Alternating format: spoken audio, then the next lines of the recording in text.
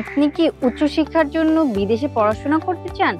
তাহলে university of Greenwich আপনার জন্য সেরা সুযোগ নিয়ে এসেছে।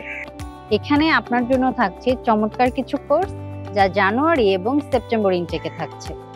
আপনি যদি গবেষণাতেও আগ্রহী হন, তাহলে ইউনিভার্সিটি অফ গ্রিনউইচ আপনার জন্যই।